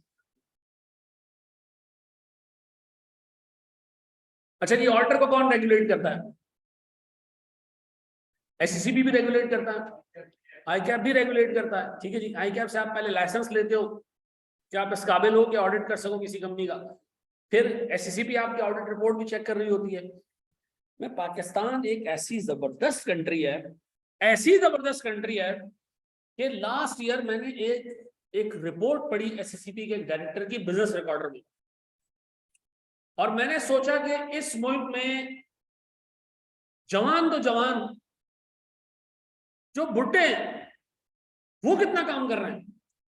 एक चार्टर्ड अकाउंटेंट जो 60 साल से ऊपर उम्र का, उसने एक साल में 800 ऑडिट रिपोर्ट साइन की है, और सबसे अच्छी बात यह वो अपने गांव में बैठा हुआ है। तो आप सोचो कि कितने फारिग लोग हैं ठप्पे उसके नाम के मार मार के चीजें निकाल रहे हैं। यानी हमारे यहाँ ये प्रोफेशन बाय द, जो छोटी फर्म्स हैं, नीचे वाली फर्म्स हैं, जो एक्सट्रीमली छोटी फर्म्स हैं, बहुत बुरी प्रैक्टिसेस चलती है, बहुत बुरी प्रैक्टिसेस चलती है। आपकी सोच है। एक हमारा दोस्त है, उसने ऑडिट करवाना था बाहर जाने के लिए, तो बाहर अपनी कंपनी के लिए अप्लाई करने के लिए उसने ऑडिट करवाना था। तो दूसरे दोस्त को बोला ऑडिट कर दो, उसने पहले रिपोर्ट दी, बाद में चीजें जमा की। आमतौर पर रिपोर्ट कब दी जाती है? जब सारे एविडेंस जमा हो जाता है। तो पहले रिपोर्ट दे दी, ये ले तू जा बस। तो मैं आपको बता रहा हूँ कि एससीसीबी ने एक पोर्टल बनाया जिसमें हर कंपनी का नाम और उसके आगे ऑडिटर का नाम लिखा जिसने ऑडिट रिपोर्ट साइन की। उससे पता चला कि एक 60 साल का बाबा, उसने 800 कंपनीज की रिपोर्ट साइन की है। अच्छा, बाबा को पता ही नहीं है 800 ऑडिट रिपोर्ट एक साल में साइन करने का मतलब है एवरेज 2 रिपोर्टें रोज की साइन करता है, 2 ऑडिट रोज के करता है। एक कसाई 2 गाय नहीं काट सकता रोज की, वो 2 कंपनियां फारिग कर रहा है भाई। ऑडिटर को अपॉइंट कौन करेगा कंपनी के लिए? सर पहले ऑडिटर अपॉइंट होते हैं, डायरेक्टर्स अपॉइंट करते हैं। कंपनी लॉ अगर किसी ने पढ़ा हो तो पहले फर्स्ट ऑडिटर्स डायरेक्टर अपॉइंट करते हैं, और उसके बाद से हर साल ऑडिटर अपॉइंट होते हैं, जो कौन करता है? Share holder. अच्छा, अब सुनना मेरे बच्चों, गौर से सुनना मेरे प्यारे बच्चों, गौर से सुनो, सारी चीजें छोड़ दो। सुन, एक छोटी चीज तुम्हारे पास सामने रख रहा हूँ। हमारी कंपनी परचेज कैसे करती है, अब ये समझना आप। सर जब हमें किसी स्टॉक की जरूरत होती है ना, तो हम सप्लायर को फोन करते हैं कि जी मुझे ये स्टॉक चाहिए। सप्लायर वो सामान और इनवॉइस, सामान और इनवॉइस एक ट्रक पे डाल के हमारे वेयर हाउस भिजवा देती है। अब ये सामान हम परचेज कर रहे हैं, हमारे गोडाउन के बाहर इस वक्त क्या खड़ा हुआ है? सामान से भरा हुआ एक ट्रक, और जो ट्रक लेकर आया उसके साथ हाथ में क्या है? एक इनवॉइस। ऐसा हमारा बंदा जाता है बाहर, सारा ट्रक से सामान अनलोड करवाता है। गौर तो सुनना, सामान क्या करवाता है? और एक सादा कागज पे जो जो चीजें आई हुई होती हैं वो लिखता जाता है। सर क्यों? इनवॉइस मौजूद है ना? नहीं, इनवॉइस किसने बनाई है? सप्लायर ने बनाई है। मैं अपने डॉक्यूमेंट बनाऊंगा कि मैंने क्या क्या चीजें रिसीव की। ये जो मैं सादा पेज पे सारी चीजें लिख रहा हूं ये कहलाता है गुड्स रिसीट नोट। ऐसा ये हम बनाएंगे। इस पे क्वांटिटीज आ रही होंगी और आइटम आ रहे होंगे, रेट वेट नहीं आ रहा होगा, कॉस्ट वॉस्ट नहीं आ रही होगी, सिर्फ क्या आ रहा होगा? क्वांटिटी और आइटम का नाम। ये सारे काम करने के बाद मैंने उस ट्रक वाले को इनवॉइस जो वो लेके आया था साइन करके दे दी। एक कॉपी इनवॉइस की अपने पास रख ली। अब बताओ जब मैं अपने वेयर हाउस में घुस रहा हूं, मेरे पास क्या क्या मौजूद है? सामान मौजूद है, एक जीआरएन मौजूद है, और इनवॉइस की एक कॉपी मौजूद है। जो ट्रक वाला था वो क्या ले गया साथ में? खाली ट्रक लेके गया और इनवॉइस की एक कॉपी ले गया। डन। अब मैं तीनों चीजें लेके स्टोर में घुसा, अपने वेयर हाउस में घुसा, और सारा सामान जगह जगह पे रख दिया। ये जगह जगह पे रखने के बाद मेरे पास एक स्टोर लेजर मौजूद था। स्टोर लेजर समझते हो ना क्या होता है? स्टोर लेजर एक लेजर होता है जिसके हर एक पेज पे एक नाम आ रहा होता है। जैसे स्टील की कीलें, ठीक है जी, लोहे का हथौड़ा, ठीक है जी, हर आइटम जो है ना वो इस पे आ रहा होता है, पेज पे आ रहा है। तो हमने जो जो चीजें मंगवाई थी उन चीजों को स्टोर लेजर में क्या कर दिया? अपडेट कर दिया। ऐसा याद आ रहा है? बचपन में एक चीज पढ़ी थी, फीफो लीफो शिफो, याद आ रहा है ना? हर एक आइटम का क्या होता था? बैलेंस, परचेजेस, याद आ रहा है ना, वो स्टोर लेजर ये आपने पढ़ा था, ऐसा। तो हमने जो जो चीजें परचेज की थी स्टोर लेजर में क्या कर दी, डाल दी। अब बताओ सारा सामान कहाँ पड़ा हुआ है, सारा सामान स्टोर के अंदर स्टोर हो गया, रैक्स में लग गया, स्टोर लेजर अपडेट हो गया। अब मेरे हाथ में क्या बचा हुआ है, इनवॉइस की एक कॉपी और जीआरएन की एक कॉपी, ऐसा है। मैंने अपने अकाउंट्स डिपार्टमेंट को इनवॉइस और जीआरएन भिजवा दी, अकाउंट से फाइनेंस डिपार्टमेंट को इनवॉइस भी दे दी, जीआरएन भी दे दिया। अकाउंट्स वाला क्या करेगा, इनवॉइस रखेगा सामने, जीआरएन रखेगा सामने, चेक करेगा जो चीजें आई हैं वही इनवॉइस में मौजूद हैं या नहीं है, वेरीफाई करेगा कि इनवॉइस कंप्लीट है या नहीं है, ज्यादा चीजें तो नहीं आ गई हैं, फिजिकली रिसीव कम हुई, इनवॉइस में ज्यादा हो तो यही पकड़ा जाएगा। इसके बाद सर वो क्या करेगा, इनवॉइस पे जो डेट आ रही है पेमेंट की, थोड़े से टाइम में कैश अरेंज करके वो पे कर देगा, ऐसा। ये कौन पे करेगा, हमारा फाइनेंस डिपार्टमेंट। ये बात समझ आती है।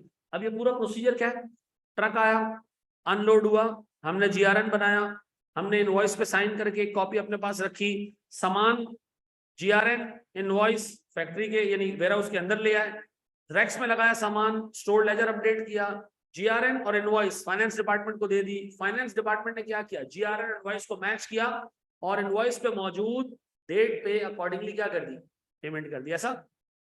ये जो आपने पूरा पढ़ा ना, ये कहलाता है परचेज का इंटरनल कंट्रोल। ये क्या कहलाता है, सर जीआरएन बनाने की क्या जरूरत थी जब इनवॉइस मौजूद थी, उसमें भी तो चीजें लिखी हुई थी।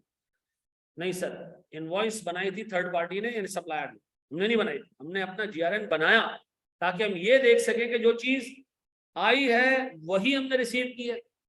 सर फिर मुझे बताओ फाइनेंस डिपार्टमेंट वाले ने क्या किया,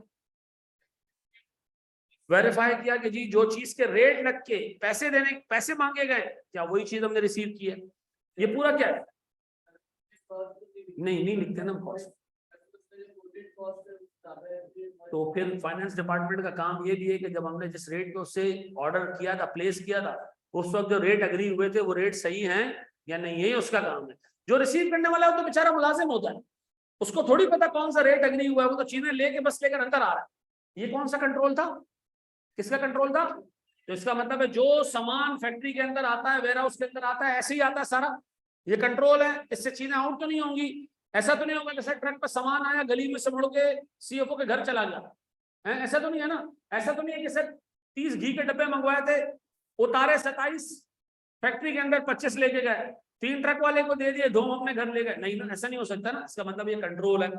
सर जब हमने चीजें बेचनी होती है तो एक कस्टमर कहता है जी मुझे चीज चाहिए, हम सबसे पहले क्या करते हैं, जाके चेक करो है या नहीं, स्टोर लेजर खोलते हैं, ये चीज मौजूद है या नहीं है, हाँ जी मौजूद है। फिर क्या करते हैं, गुड्स डिलीवरी नोट बनाते हैं कि हम क्या चीज अपने वेयर हाउस से निकाल रहे हैं, ठीक है जी। साथ में इनवॉइस बनाते हैं, दोनों चीजें। इनवॉइस किस लिए बनाते हैं, पैसे कितने लेने, ठीक है जी। ये इनवॉइस ट्रक पे सामान के साथ इनवॉइस भेज देते हैं, जैसे वो हमारे पास आया था ना ट्रक लेके, अब हम क्या कर रहे हैं, तो फिर क्या होगा, कस्टमर के पास पहुंचा, सामान अनलोड हुआ, कस्टमर ने क्या करना है, इनवॉइस पर साइन करके हमें वापस दे देनी है।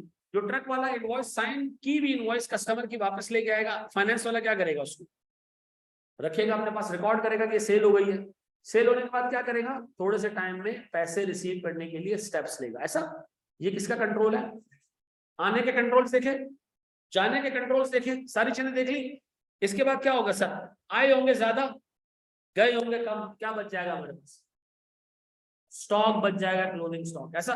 तो क्लोथिंग स्टॉक साल के एंड पे हम फिजिकली जाके वेरीफाई कर लेंगे कि स्टॉक मौजूद है भी या नहीं, और अगर मौजूद है तो किस हालत में है, ऐसा। ये सारे काम आपने किस लिए किए, ताकि आपकी फाइनेंशियल स्टेटमेंट्स में सेल्स की फिगर बिल्कुल सही जाए, फाइनेंशियल स्टेटमेंट्स में परचेजेस की फिगर बिल्कुल सही जाए, क्लोथिंग स्टॉक की फिगर बिल्कुल सही जाए, as a result cost of goods sold की फिगर बिल्कुल सही जाए, as a result gross profit की फिगर बिल्कुल। इसका मतलब है सर मैनेजमेंट ने ये जो 3 चीजें की ना, परचेज किया उस पर कंट्रोल, सेल्स की उस पर कंट्रोल, जो रिमेनिंग स्टॉक रह गया उस पर फिजिकली वेरीफाई करना, ये भी कंट्रोल। इसका मतलब है मैनेजमेंट कंट्रोल्स लगाती है फाइनेंशियल स्टेटमेंट्स की फिगर्स को सही रखने के लिए, ताकि फाइनेंशियल स्टेटमेंट सही से बन सके, कोई 2 नंबरी अब बताओ मैनेजमेंट की कितनी जिम्मेदारियां? पहली जिम्मेदारी इंटरनल कंट्रोल लगाना ताकि फाइनेंशियल स्टेटमेंट्स तरीके से बन सके, सेल्स की फिगर बिल्कुल सही हो, परचेज की फिगर बिल्कुल सही हो, क्लोजिंग स्टॉक की फिगर बिल्कुल वेरीफाइड हो, इससे कॉस्ट ऑफ गुड्स सोल्ड की फिगर बिल्कुल सही हो, ग्रॉस प्रॉफिट की फिगर बिल्कुल सही हो। ऐसा ये किसका काम है? मैनेजमेंट का काम है। मैनेजमेंट का पहला काम इंटरनल कंट्रोल लगाना ताकि फाइनेंशियल स्टेटमेंट सही से बन सके। दूसरा काम फाइनेंशियल स्टेटमेंट्स बनाना उसकी जिम्मेदारी है, इंटरनल कंट्रोल लगाना एक स्टेप है उसकी तरफ। ऐसा तीसरा काम ना ना ना ना शेयर होल्डर को नहीं देता ना। तीसरा काम है ऑडिटर को हर एक इंफॉर्मेशन देना। हर एक इंफॉर्मेशन में फाइनेंशियल स्टेटमेंट्स भी आ गए, ये जितने गुड्स डिलीवरी नोट बने, जितने गुड्स रिसीट नोट बने, जितनी इनवॉइसेस बनी, जितने लेजर्स बने, ये सब किसको देना? और ऑडिटर को क्या देना? जितने लोग इन्वॉल्व हैं सबसे मिलवाना।